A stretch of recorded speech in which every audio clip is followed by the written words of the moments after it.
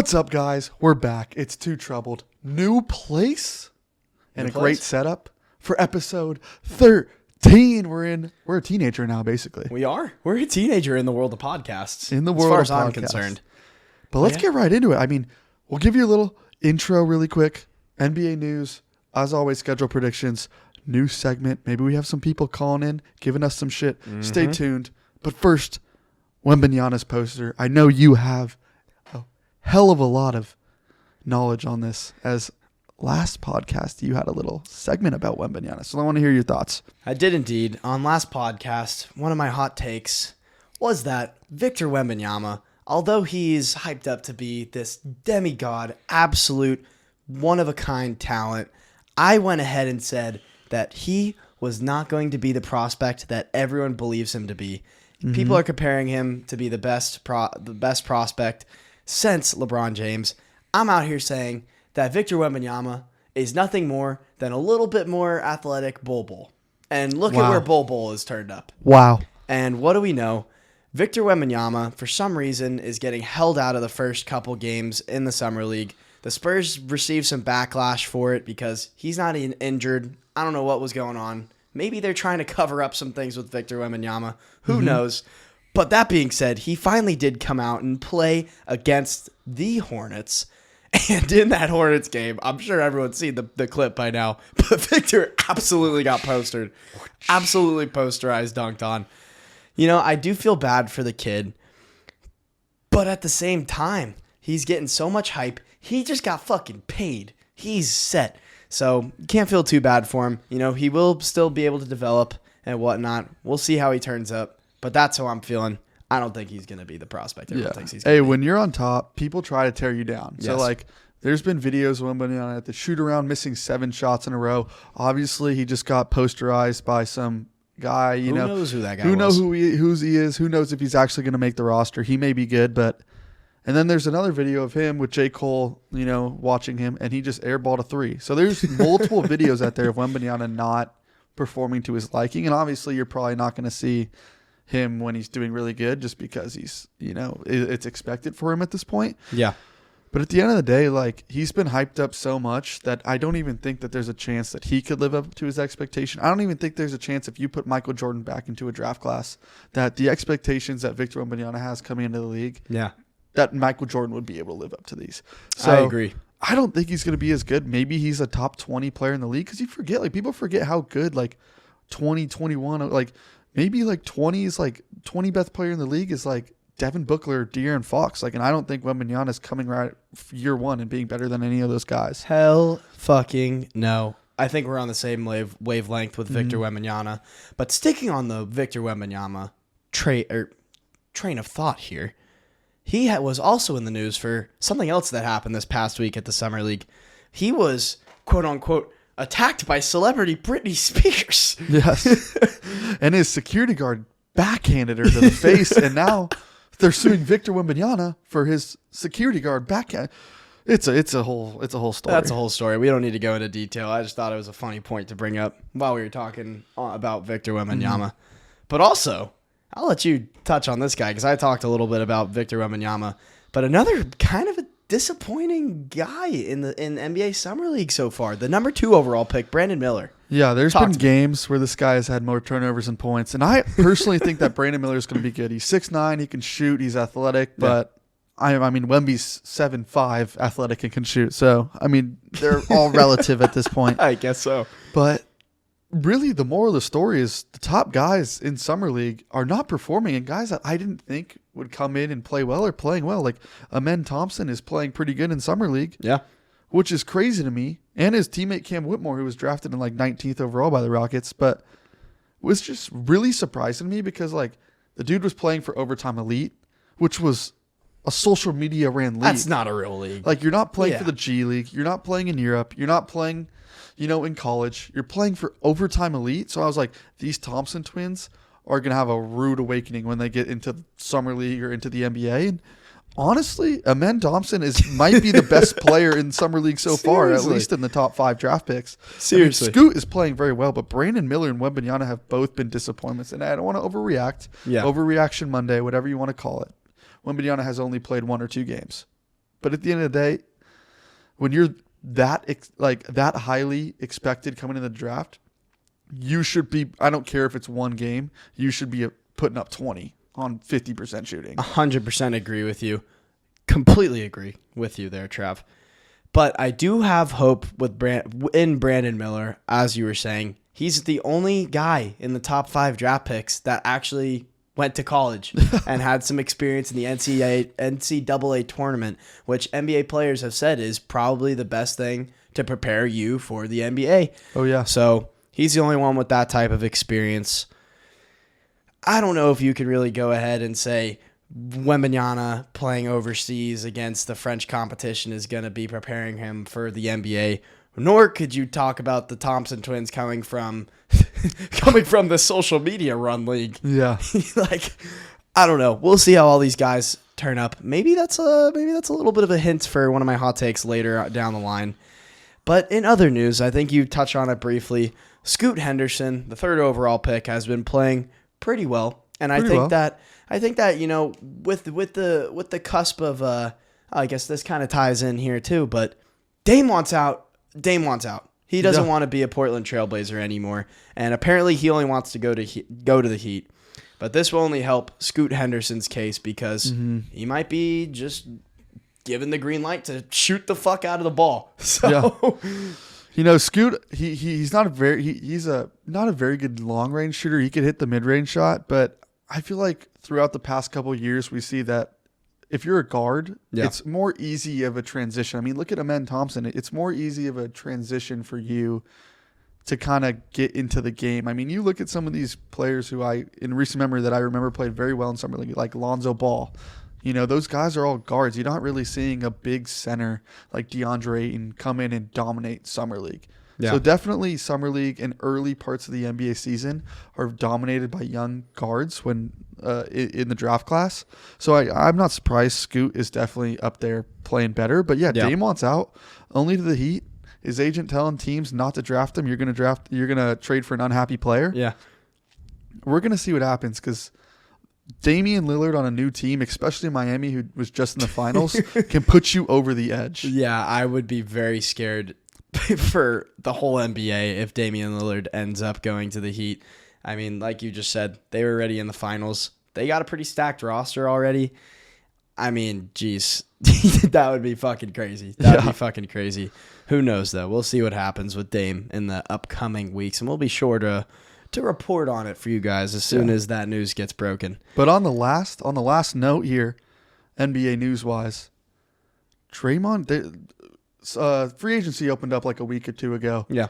And teams were just ready to throw money out there, honestly. Yeah. Melo got a max deal. LaMelo Ball, he didn't even play last year. $260 million right out the gate. Draymond Green, a guy who, you know, I think he's well out of his prime. And when he was in his prime, he was never, maybe he's a good leader. He's a good playmaker. But at the end of the day, he's not a star-studded guy who's going to go drop 20. Yeah. He got $100 million. Yeah. So teams are throwing money at these guys now like it doesn't mean anything. Yeah, I mean, I'm not surprised for either of those two guys, though, Trav. Draymond Green has obviously been with the Golden State Warriors for fucking forever now. You know, they've been very successful, him, Clay, and Steph. Obviously, they've gotten a lot of stuff done. They just shipped off Jordan Poole to the Wizards. So maybe bringing back one of those guys, one of those key guys for their team, I think was definitely the smart call. Mm-hmm. I don't care what you're paying. Give Draymond a contract. And also, I think I think we both very much like this guy, LaMelo Ball. You know, we've been watching him for quite some time now. Baby. He's right there, jersey right on the table. But I think he deserves it. I think LaMelo Ball, clearly the best of the Ball brothers, for sure. Easily.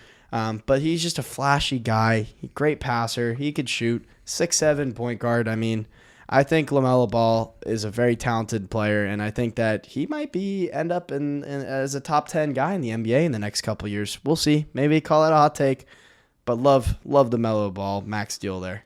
Yeah, and more NBA news. Yeah. They now have an in-season tournament in 2023. Yeah, I don't know what the fuck's going on. Are we soccer now? Yeah, I don't know. For real, like what really is going on? Because if you haven't heard, as of 12 hours ago since we've been filming this, they now have an in-season tournament that they're going to put into group stages. It's more like World Cup format. You're going to have teams in group stages. the top 2 teams move on. They do a little single elimination wild card, whatever you want to call it. But prize money's involved for the players. So I guess, hey, players making more money, which is good. But I feel like the NBA at this point is trying to do anything it can to get viewership because I don't see many people these days watching 82 games of a season because some of these games don't matter. And you got guys like Kawhi Leonard, LeBron James, who are resting in the like you're not even playing your stars in 82 games. Like, this is why the NFL was always going to have better viewership every year. It's because the games matter. 18 games, 17 games compared to 82 games when, that's why people don't really watch baseball because there's 160 games. So they're even worse. But as you can see, the NBA is trying to do anything it can to get viewership at this point. Yeah, I didn't think you were going to hit that point there, Trav, but I completely agree. I think definitely part of the NBA's ploy was to try to create a little bit more hype around the regular season, try to get a little bit more viewership. But also, maybe this is to incentivize the stars of the teams and just incentivize players in general to stop sitting on the sideline for their little petty, not really, like my ankle's a little hurt, a little bruised up, like LeBron's getting old. He doesn't want to play a full season. Now, this gives another opportunity to incentivize players to come out and give that extra push and maybe even give some of these teams that aren't as experienced in the playoffs an opportunity to try to get into the groove of like what a more competitive, more, battling feel. Yeah. And get a little bit more, what's the word here? Get a little bit more experienced in that type of field there. So I don't mind it. I don't mind it for the NBA. I think the moral of the story with this new NBA in-season tournament is they're trying to get LeBron to catch Michael Jordan in rings. Because I guarantee you, if LeBron wins this in-season tournament, they'll ship a ring over to him, and we're going to say, hey, LeBron has 12 rings now because he's won 6 NBA in-season tournaments. That's really what I see here. But to a coach who's won a lot, good segue there. I like it. Agrees to the richest NBA coaching contract worth $80 million over 4 years. You just get Victor Wembanyama. Yeah. And now you get Greg Popovich, who I think he's 70-something years old. Yeah. Going another 5 years coaching? I was surprised about that. Yeah, I thought he might retire one of these years. Yeah, seriously. And shit. I mean, looking at this contract, are we sure that Greg isn't going to be stepping on the court and lacing up some shoes and playing ball for the Spurs now? Because this is getting paid a lot of money. Yeah, that's an NBA player type of contract, not a coach contract. Exactly. But yeah, Greg, congratulations on the contract. Moving right along, though, we got a mock trial here for you guys. This is going to be an interesting one. I actually want to hear all of your guys' opinions on this one down in the comments section below. And actually, before we get into this... Time out. Subscribe if you haven't. Like if you haven't. Comment if you haven't. And hit that bell if you haven't. Did I cut you off there? I think it was well worth the cutoff there, to be quite honest with you. Because, let's go right back into mock trial. Yeah, I listen to Travis. But we'll get right back into it. Today's mock trial subject. It's an interesting one. Big debate, I think. Travis, talk to me. Kobe or LeBron, all time. Who do you think is better? Now, I saw that this was the mock trial for today. Mm-hmm. And I really think we should move it to hot takes because I'm taking Kobe. And it may be a little heartfelt, I grew up on Kobe. I'm from LA. Obviously, I'm going to be loyal to my guy. Mm-hmm. But I just think Kobe has that nostalgic. I get Bron has the stats. Bron, no matter if you compare him to Michael Jordan, Kareem Abdul-Jabbar, or Kobe Bryant, LeBron has been in the league and been at his level for 20 years. Don't come out here and start taking my arguments away from me. Just talk about Kobe here. I'm taking your arguments away. LeBron, he has been there. It's not a longevity award. It's who has been the best basketball player. And Kobe, at one point in time, dropping 81 points in a game. Yeah. Haven't seen really LeBron come close to that. Nope, you haven't. That's true. Kobe, more rings, more high-scoring points in games, more higher points per game in a season. Kobe just, at one point in time on a 5-10-year stretch, I think was better than LeBron James. Yeah, I mean, you have very valid points there, for sure. Can't argue that. I think Kobe is definitely one of the all-time greats. But when we're comparing him to the greatest basketball player of all time, I'm saying it Forget Michael Jordan being the GOAT. I'm coming out here and saying LeBron James is the best basketball player of all time, and his career is not over yet. I mean, you touched on it. He is the all-time scoring leader. I mean, you see him in the top 5 for assists. I mean, any category in terms of top stats in the league, LeBron is up there. LeBron's up there for everything. He's got 4 rings. I know Kobe's got more, but there's one thing I think that LeBron can do that Kobe couldn't necessarily do. And I think that LeBron James, first of all, I think he's a better teammate. He's a better role player. I think he gets guys more involved than Kobe does. And don't get me wrong, the mama mentality is awesome, and he gets some extra drive out of some guys for sure. But LeBron, I think, he's passing the ball more. He's getting more of his teammates involved. And let's not forget, LeBron James took that fucking dog shit Cavaliers team with, I can't even name any of the other guys that were on that team. And he took them to the finals. So I think Bron all time, I'm giving it to LeBron. I am. Yeah. I mean, it can go either way. Most people are going to say LeBron James. I mean, now it's Michael Jordan or LeBron. That's the debate. But in my eyes, like, Kobe Bryant is just that guy. If you take just that 5-year stretch from like 2001 to like 2010, I think, everybody knew Kobe was the best player. We go back to the Olympic teams when Kobe and LeBron even played together. That's true. They just had a documentary about the Redeem team. If you haven't watched it, it's on Netflix. It's a great watch. Great watch. And they're talking about LeBron two times in the Olympics. They couldn't get it done. They lost to teams like Argentina, and then they call Kobe up. Kobe joins the team, and now it's the Redeem team. And we knew who the guy on that team was. And that's 2014. So that's like end of Kobe's career. I think it was like 2010. End of Kobe's career, beginning prime LeBron, right before he joined the Heat. Kobe was the guy on that team. And in my eyes, like, if you're the best player, second best player of all time, it should easily be your team. Yes, those were the 2 guys, but you go watch the documentary. They said they weren't ready to win until Kobe got there. Yeah, no, I watched that documentary, I think with you actually, and I mean, it was a great watch. I can't lie. I hear what you're saying with the Kobe points and that, and he definitely turned around the culture for the USA basketball team. But the one thing I'd say to counter argue that you here, I think that Bron, although he was entering his prime, I think he was still young and still wanting to go out and have fun because, if you watch that show, the movie, whatever you want to call it, documentary, Bron and all the other teammates were going out, partying in the clubs, drinking, they were still young, wanted to be a little bit reckless.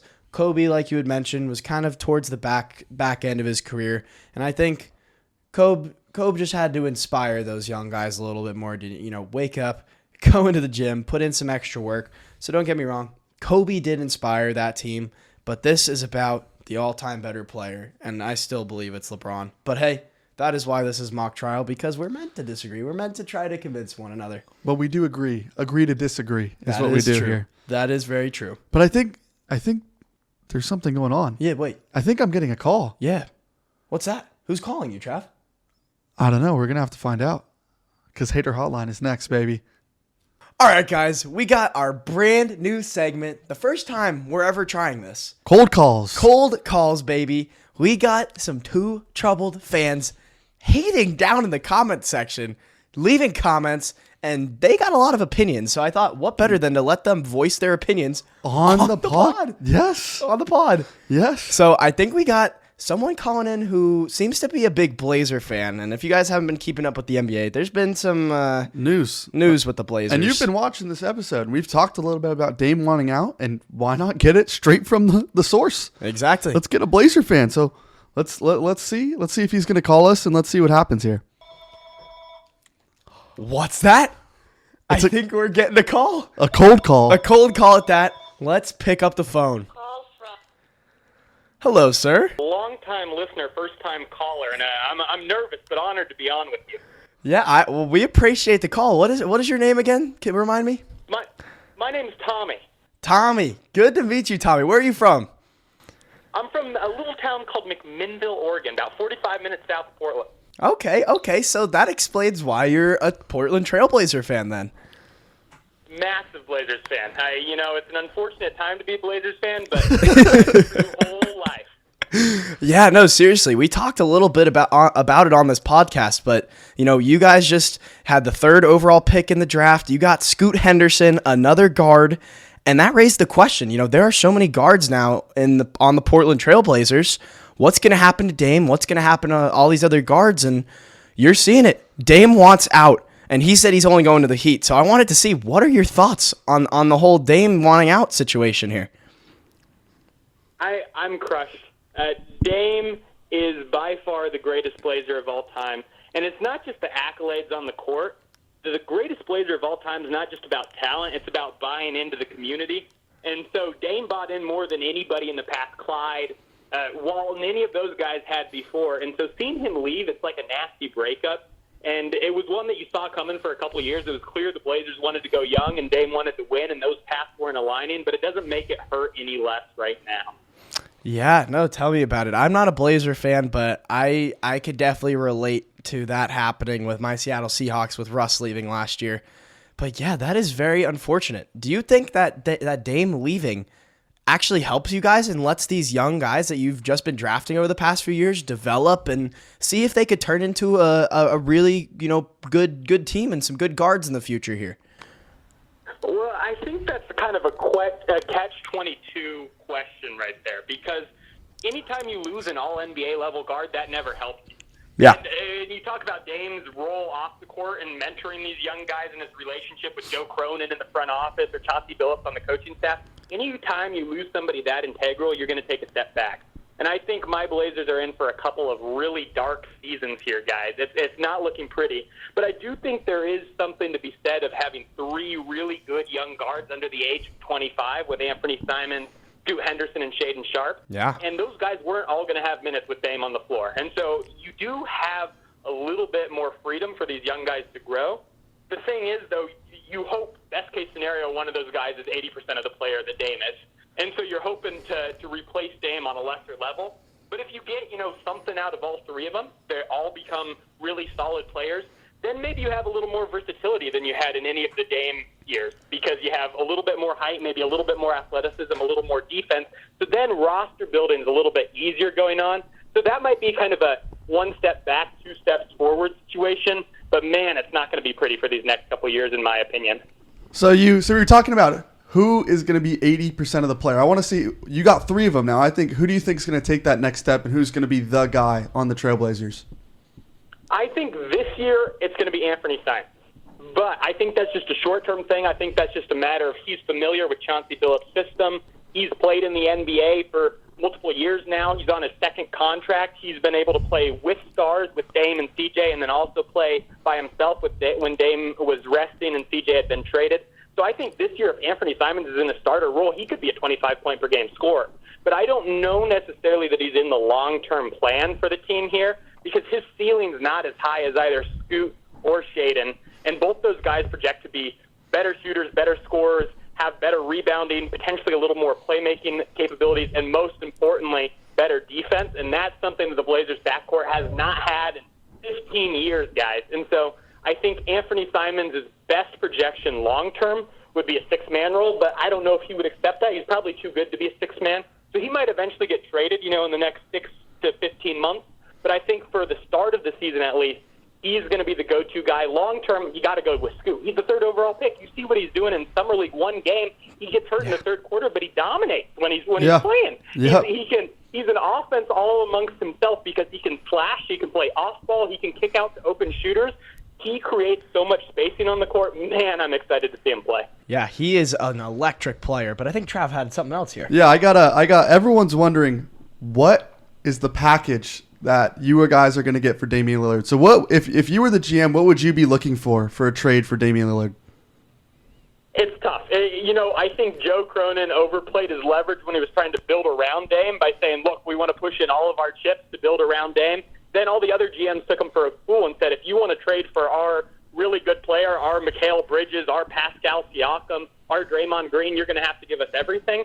And that would have been stupid to give up every asset for somebody of Bridges or Siakam's caliber, no disrespect to those players. So I think it's kind of a situation in a similar vein here where Dame wants to go to the Heat. Blazers should want to do right by Damian Lillard, but they still have to maximize their return. If I'm talking to Pat Riley and the good folks down in Miami, I have an outline for a package. Right now, the Heat could trade a 2028 first, a 2030 first. That's a good starting point. But if they talk to Oklahoma City and free up the projections, they can also trade a 2024 first. So I want those 3 firsts to start with. Then I want pick swaps in 27 and 29 so I control the future of Miami's draft picks, because Miami's a really good organization. They're not going to suck for many of those years. But you might get one down year in that span, so I want the opportunity for a high draft pick. Then after that, I want them to find a third team to take on Tyler Hero. We got too many guards. We don't want them. Find a third team to take on Tyler Hero. San Antonio, Detroit, Brooklyn, one of those teams might be interested. Maybe even Toronto. I want a draft pick or 2 back and some expiring money from whatever team takes on Tyler Hero. And then Miami, I want them to give me Kyle Lowry just because he's expiring money. He's not going to play a role. We're going to buy him out. But I want some expiring money to come back there. Then I want their 2 young guys, of course, Jaime Jaquez and Nikola Jovic. And to put the kind of carry on top here, I want them to take Yusuf Nurkic's money back too. And Nurk and Bam, everybody says sometimes Bam needs to play with the true 5.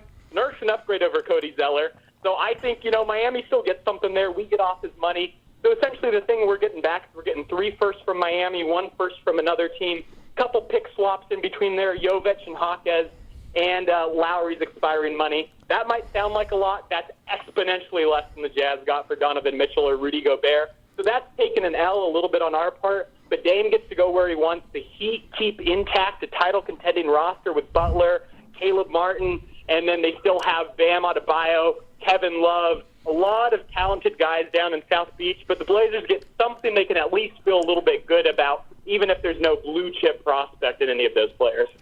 Wow, I could not have put together a better trade myself there, Tommy. I'm very impressed with your ball knowledge and 100%. And the way you're able to articulate and explain your thoughts about this whole situation. All of it being somewhat emotional, because I know that you are, the Blazers have a very special place in your heart. But oh, it's tough. There's been a lot of sad days playing on the trade machine for hours as I, slowly come to the realization, maybe over a glass of whiskey or 2, that Dame's not coming back.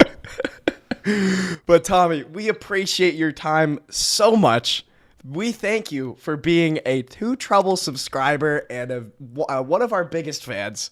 And you're actually the first time we're ever having someone on for this new segment, Cold Calls. So we appreciate your time today, Tommy. Thank you so much. Well, I am honored to be part of the Two Trouble history. Big fan over here. Look forward to seeing what you guys are doing. Thanks for including me in your show. Appreciate you taking the call. Can't wait to see what you guys do.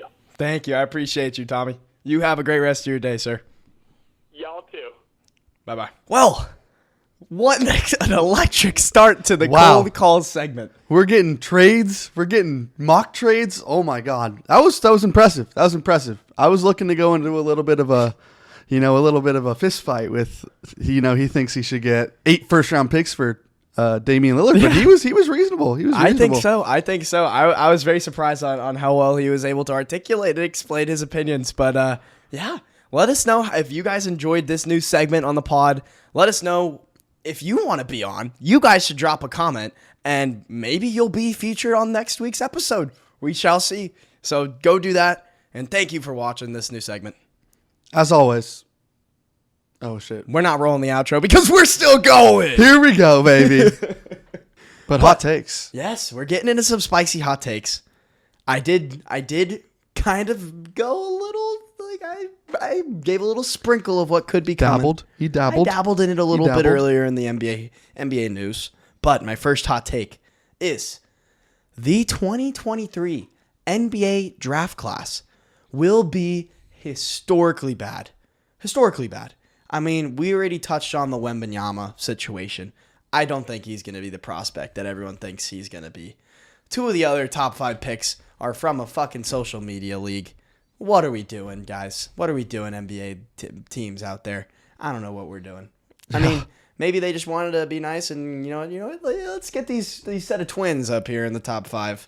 The only guy who from a college team that got drafted in the top 5, Brandon Miller, I think he'll pan out to be okay. I think Scoot Henderson will pan out to be pretty okay as well.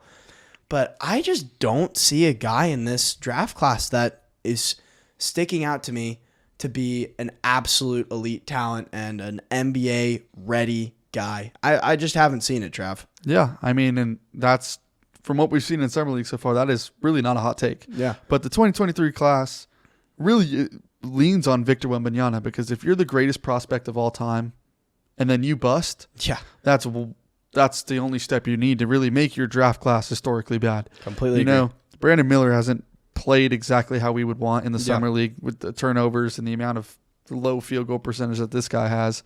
Scoot Henderson and then the Thompson twins. But really, like, there's guys like, you could say Cam Whitmore right now is the best prospect in the Summer League who's played, and he was the 19th overall pick. Yeah. So we're getting that low that I think that's going to be a hot take. But I got another one for you. Let me hear it. Bijan Robinson. Oh, we're switching gears here to the NFL. We're switching gears here to the NFL. Talk to me. Bijan Robinson won't be a top 10 fantasy back. Wow. He's- Mic drop. Mike Holy drop. shit. He's been drafted in a lot of first rounds here in fantasy. I'm sure it's a little early for fantasy football, but I'm itching to get into it. So I've been looking a little bit about fantasy football. You know, all you guys want to win your league, so we're gonna have a lot of fantasy content. So please stay tuned. Hit the subscribe button. But Bijan Robinson won't be a top 10 fantasy back. You know, especially in PPR leagues. Maybe if you're in a standard league, I can see him getting up in there in the top 10. But all the passing back work is going to be taken by Cordero Patterson. Yeah. And not to forget that they still have Tyler Algier. Right. So that backfield could be a 3-head monster. You know, when you just draft a new running back and your team's not good, I don't know if you're going to want to run him into the ground year one. Yeah. Give him 20 carries a game. I think he'll probably get around 15 carries a game, and he's going to be good. He's going to be good. But like guys like Kenneth Walker, a guy on your team, was very, very good last year, and he barely sneaked into the top 10. And I think that there's a lot better. Breece Hall's coming back. There's a lot of guys. There's a lot of running backs this year. Christian McCaffrey, Saquon Barkley, just to name a few. Yeah. Even Tony Pollard Yeah. that have their own backfield. And I think the backfield in Atlanta might be getting overlooked about Bijan has his sole backfield. Yeah, and I kind of think on a similar wavelength to my first hot take. I don't know if this is, in my opinion at least, I don't know if this is that hot of a take, because I'm dumbfounded that Bijan Robinson, a college player who has yet to play any snap of NFL football, is already being projected above guys like Saquon Barkley, Austin Eckler. Like, that is absurd to me. Guys that are finished as top 5 fantasy backs last year, and we have a rookie who's getting drafted above them. Yeah. That's absurd to me. I think maybe the hot take part to this take here is being outside of the top 10 might be a stretch. I think there's a good chance that Bijan will finish top 10.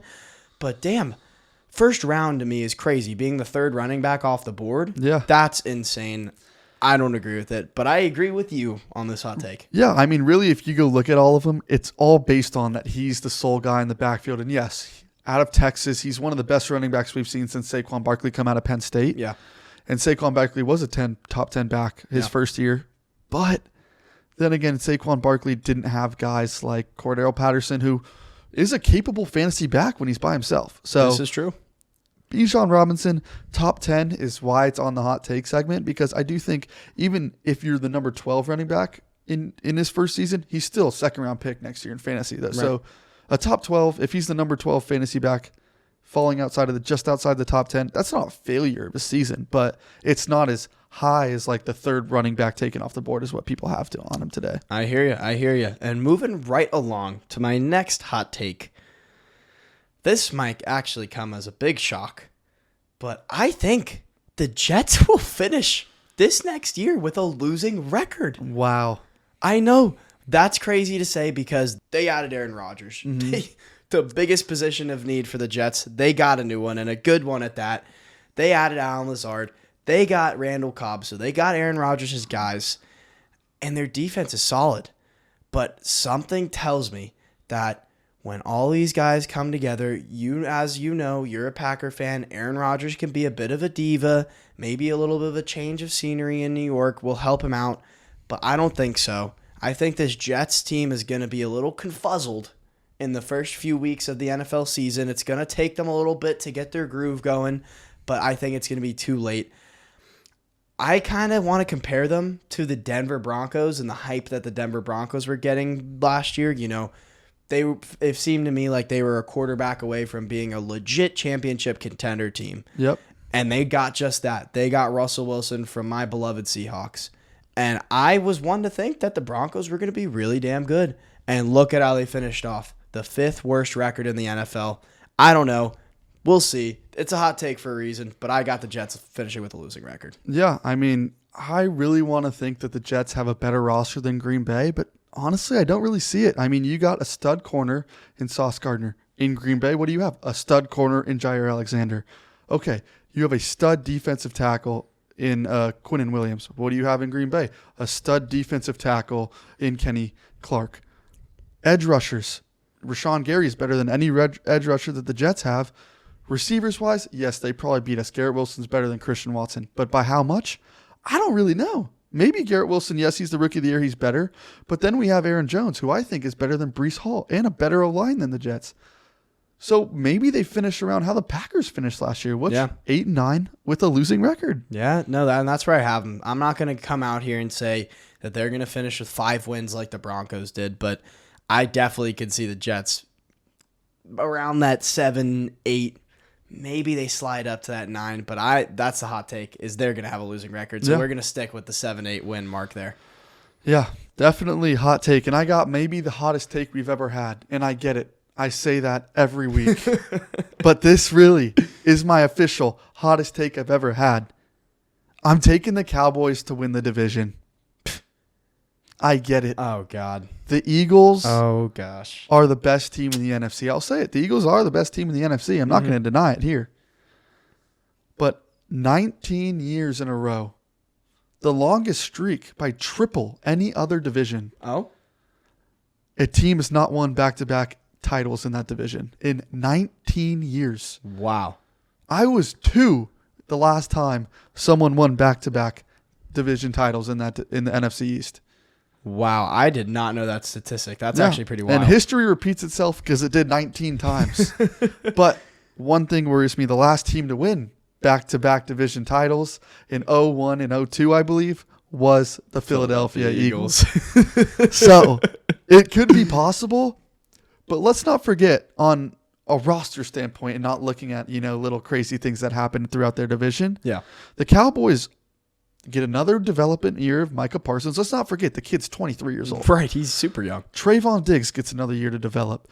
Tony Pollard has his own backfield, who I thought was 10 times more electric than Zeke ever was last year. And I think that's more of a benefit with Zeke off the team than him on. Oh, yeah. Don't forget, they just added 2 or 3 years ago Defensive Player of the Year Stephon Gilmore to the defense. So you got Trayvon Diggs and Stephon Gilmore on one side. They got Brandon Cooks to replace what happened 2 years ago from Amari Cooper. Their team is loaded. They just drafted Tyler Smith, who's a capable tackle on the offensive line. Yeah. They have maybe the best guard in all of football in Zach Martin. This team has the capability to do it. And as we say every year, it lies on Dak Prescott's shoulders because he's the quarterback and sometimes he doesn't play as we would like. But when you have Tony Pollard, when you have CeeDee Lamb, Brandon Cooks, Michael Gallup, I think that you should at least get 12 or 13 wins, and that might be good enough to win the division. Yeah, I could see the Cowboys winning the division, but the only thing I will say, when the Cowboys get to playoff time, they will be making a first-round exit. You best believe it. You heard it here, folks. You can wave the Cowboys goodbye. Clip this moment right here, right now, because I can't wait for the Cowboys to be in the playoffs. And maybe they'll be making a first-round exit by my own Seattle Seahawks. We'll see. Maybe I'm predicting the future right now. Who knows? But let's predict the future because we have NFL schedule analysis on the clock. Oh, my God. That might be my favorite segue of all time. Let's Give me go, next baby. for that one, Trav. That kind of hurt my hand. We're picking 2 teams, as we do. Yes. Like always, I'm going to be having Siri randomly select a number 1 through 32. I got the NFL Power Rankings queued up on my laptop right here. Let's see what Siri's got planned for us today. Let's go, baby. Pick a number 1 through 32. It's 15. 15. Let's go take a look at what team is the most that mid is. team in the league? Apparently, the most mid team in the entire NFL is your Pittsburgh Steelers. Bang, bang, baby. Let's load it up. I got the schedule for the Pittsburgh Steelers right here. And I'm going to hand them a loss week 1 Can't argue with you there, Trav. It's because the they Niners. play the San Francisco 49ers. Now, I don't think Brock Purdy's going to be ready week 1, so it is going to be Trey Lance. So, hey, maybe that's upset central, but Fred Warner, Nick Bosa, maybe the Steelers don't score over 10 points. That's really the moral of the story there. I completely agree. I got the San Francisco 49ers in this one as well. Mm-hmm. Going into week 2, though, I'm going to have to take the Pittsburgh Steelers at home. I agree. Picking up their first win against the Cleveland Browns.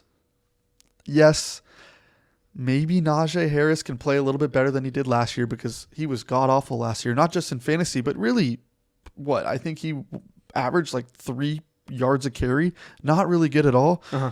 But my thing about the Pittsburgh Steelers this year is that Kenny Pickett has 1 more year to improve. Yeah. And George Pickens is now, Chase Claypool's out of the picture. Yeah. He's now the star.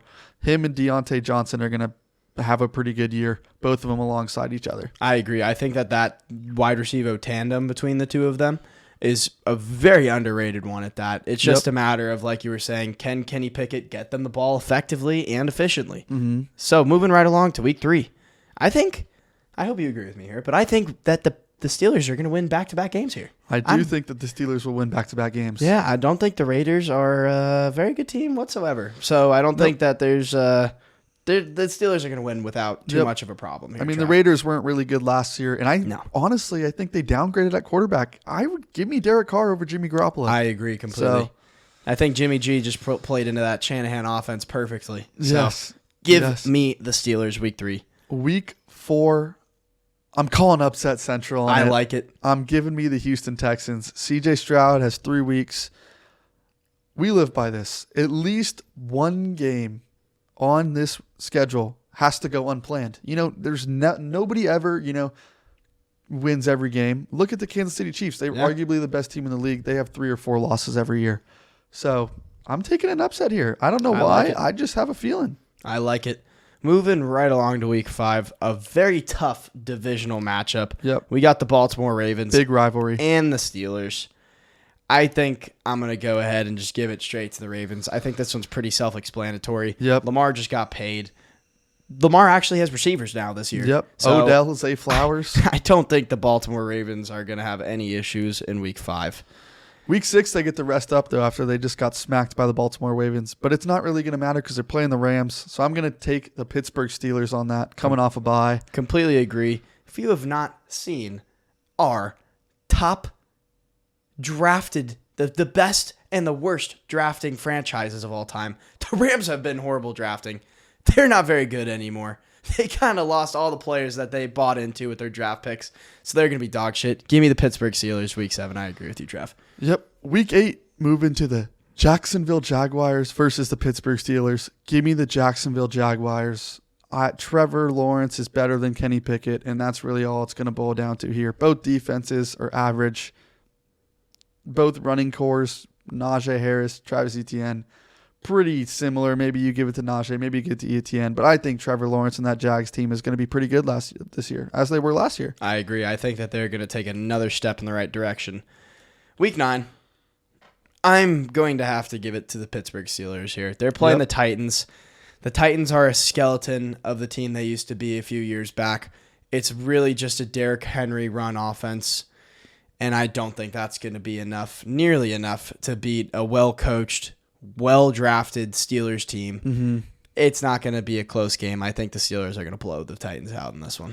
I agree there. I mean, Derrick Henry can only do so much, and when you got a good coach that hopefully can scheme one player to stop, you're going to stop the one player. I agree. And you know what, Trav? I'll be nice. I'm not even going to touch this week 10 pick here, but I want you to be as realistic as you possibly can. Realistically, I'm going to give it to Green Bay. Week 10, Jordan Love. They're still a shell of what they used to be when they had 3 13-win seasons in a row.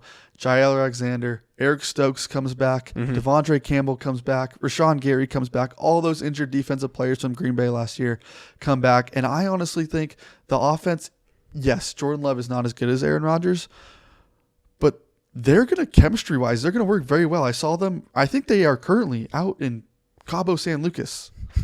So I follow Jordan Love on Instagram, and his story, Cabo San Lucas, him, Romeo Dobbs, Christian Watson, Aaron Jones, all out in Cabo San Lucas, throwing the ball on some nice, what I don't even know, but hey, I think the chemistry there, because I know Aaron Rodgers would never do that. Let's be real here. If your boys are out in Cancun or Cabo, wherever you said, are they really getting work done, or are they drinking and enjoying off season? Let's be real here. Hey, you can do a little bit of both, man. You can do a little bit of both, but they are on a big field, so let's not forget that they're throwing the ball a little bit. All right. I like it. I'll accept it here. Week 11. I'll take this one over here. I'll let you have it. Another divisional matchup. Let me double check. We had the Steelers winning the first time they played the Browns.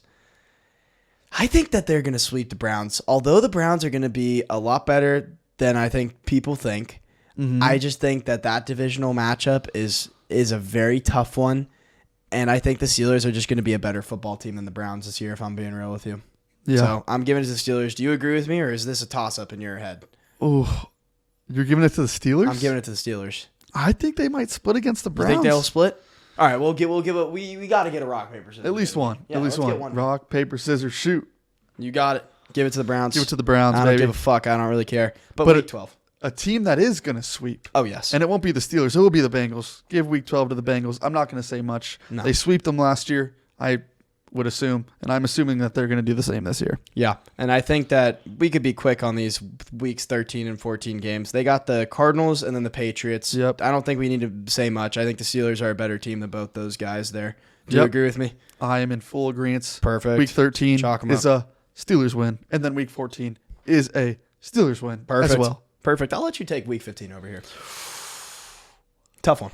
It is tough. It is tough. I want to hear your thoughts here, though. I think that, first of all, the Steelers are playing the Indianapolis Colts. You guys can't see sorry this. to mention. We didn't mention that But before. I think that by this time, I think Anthony Richardson will be well in his bag. I think that he is going to be the best quarterback in this draft. Dare I say it? I think he's going to be a very good electric quarterback. And I think that I'm going to give it to the Colts here. I'm going to give it to the Colts as well. I was feeling a little dangerous, and I didn't want to overstep my boundaries. So I'm like, let's see if Tucker's feeling the same way. You were. Colts victory. Beautiful. Week 16, You already said they're sweeping. Come on. they're sweeping back-to-back losses for the Pittsburgh Steelers. Let And- me take week 17 over. Let you sit there. You're really going Just because I'm going to give it to the Seattle Okay, Seahawks. great. Thank you. I appreciate that. I thought I was going to get to say this one because I let you do the Packers one. Well, I'll let you But- talk about it. But I just wanted to see your face as I light up when I said Seattle was going to take the Oh, win that here. did make my day there. I won't lie. But what can I say? I mean, I could sit here and talk about the Seahawks all day. I love our chances going into this next year. I won't say too much, though. Seahawks, Travis already said it. They're taking week 17.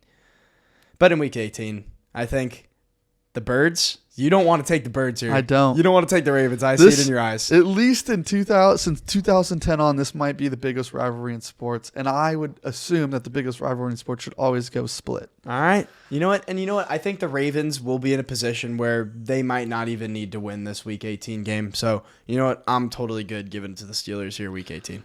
Although, if you haven't seen it, it's updated on your screen right now. Mm-hmm.